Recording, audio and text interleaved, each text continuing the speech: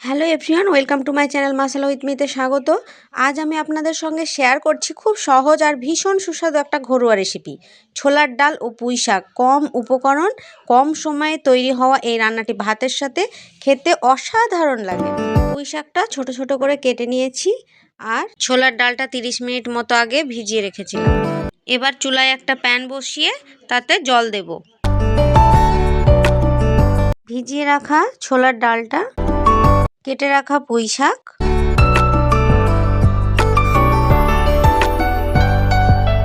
চেরা কাঁচা লঙ্কা, পেঁয়াজ কুচি,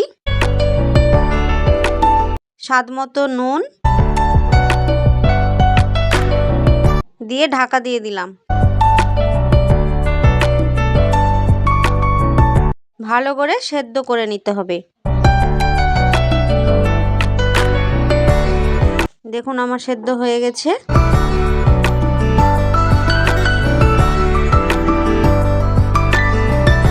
এবার আবার কড়াই বসিয়ে দিলাম, তাতে সর্ষের তেল দিয়ে ফোড়নে দিচ্ছি 5 ফোড়ন, শুকনো লঙ্কা,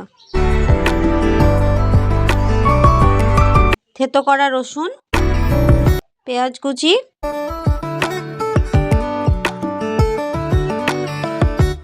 দিয়ে ভালো করে নাড়াচাড়া করে নেব।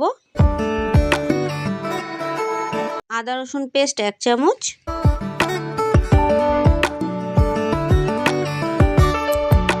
হলুদ গুঁড়ো, ধনে গুঁড়ো, জিরে গুঁড়ো দিয়ে ভালো করে একটু কষিয়ে নেব মশলাটা। মশলাটা কষানো হয়ে গেলে এবার সেদ্ধ করে রাখা ডাল পুঁই শাকটা দিয়ে দিলাম।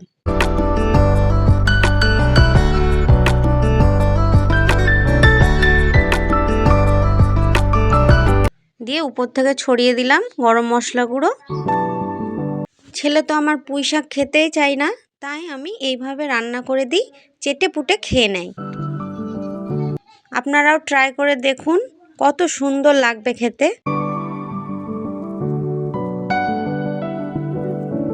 আর হ্যাঁ, আমার রান্নাটা যদি ভালো লেগে থাকে তো অবশ্যই like, comment, share and subscribe করবেন। দেখা হচ্ছে পরের কোনো রেসিপি নিয়ে। ভালো থাকবেন, ধন্যবাদ।